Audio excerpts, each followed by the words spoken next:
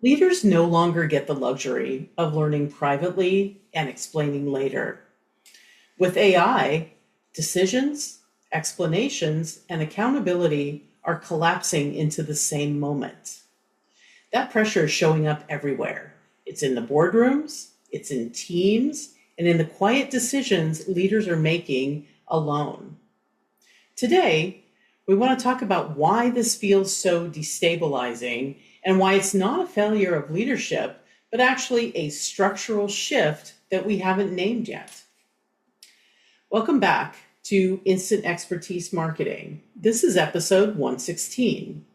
Today, we're not talking about tools, we're not talking about prompts, we're not even talking about the latest AI headline. We are talking about a pressure we're seeing showing up everywhere right now, especially for leaders trying to make smart decisions about AI. I'm Yvette Brown, co-founder of X Promos. I became an entrepreneur at 23 when I started a promotions agency with my then 29-year-old business partner, Shari Nomady. Together, we've built campaigns for global brands. And today, we're building decision confidence in the age of AI by keeping humans accountable, technology understandable, and outcomes measurable. And I'm Shari Nomady.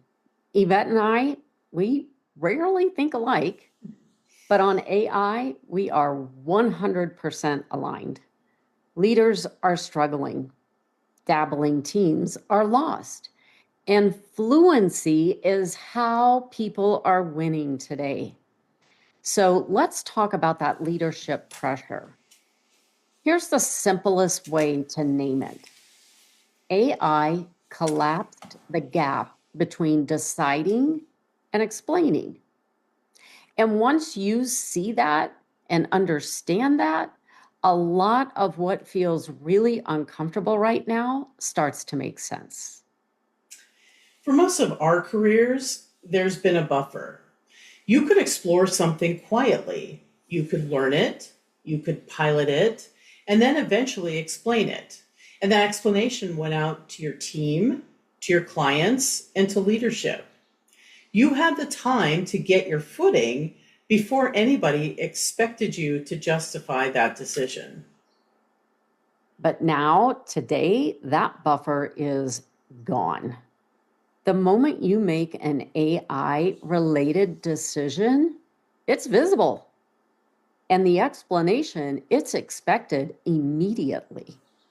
Yeah, what I'm noticing is that leaders, they're not resisting AI. They're actually moving really fast, but they're being asked to commit, to explain, and to be accountable almost simultaneously.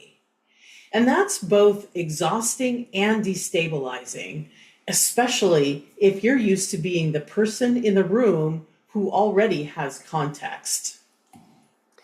What's important to say is that we've seen versions of this before, many times actually, and not in theory, in actual practice. One that really stands out for me, it was very early on in mobile. We were building what was essentially a very early text to win experience for a major brand before mobile marketing even had a name or a playbook. Yeah, there were no benchmarks, there was no best practices, and the leaders had to improve the investment before anyone really understood things like consumer behavior, opt ins, or how it might fit into a broader strategy. So the decision came first, and the explanation followed in real time. And fortunately for them, well, and for us, the strategy was on target and over delivered, which is great. Because in retrospect, those were some very courageous client decisions.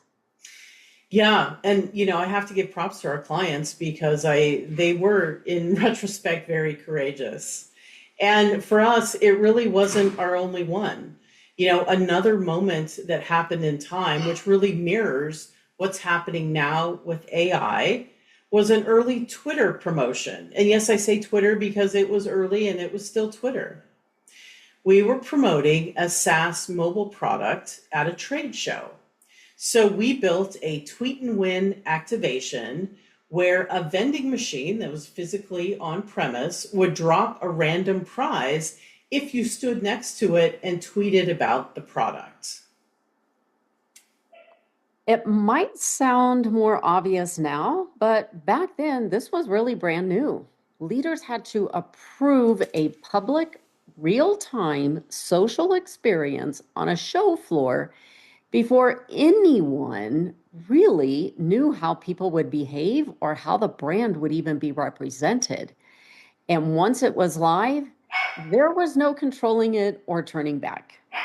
That's exactly true, Shari. And fortunately for everyone, the mobile magic machine became the show's biggest draw. And again, because it was new, it was fresh, and nobody had seen anything like it. And that was great. But it also meant that in that moment, the decision was instantly visible. Leadership wasn't explaining it afterward, they were explaining what they committed to while it was happening. So when you look at AI through that lens, it feels very familiar, but more compressed. Same patterns, shorter timelines. The gap didn't shrink, it collapsed.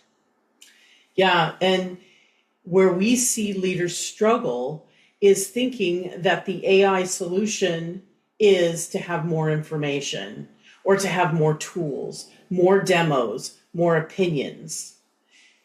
But the problem isn't information. The problem is the lack of shared understanding at the moment that that decision has to be made. And that's why so many leaders feel like they're having to make those decisions today alone.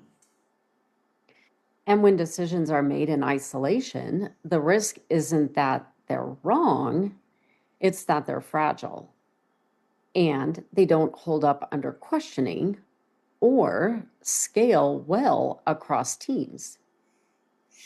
Yeah, so if you're feeling this pressure, the answer isn't to slow down. And it's not to pretend certainty that you don't have. It's about recognizing that leadership right now requires different conversations. It requires earlier, messier, and more collaborative conversations. And that's all before the decisions are locked in. So, if there's one takeaway today, it's this: if AI feels different, that's because it is. Not because it's smarter, but because it compresses deciding, explaining, and accountability all in the very same moment. And naming that shift is the first step to leading through it well. Great point, Shari. And with that, we're going to wrap up for today. Thank you for listening.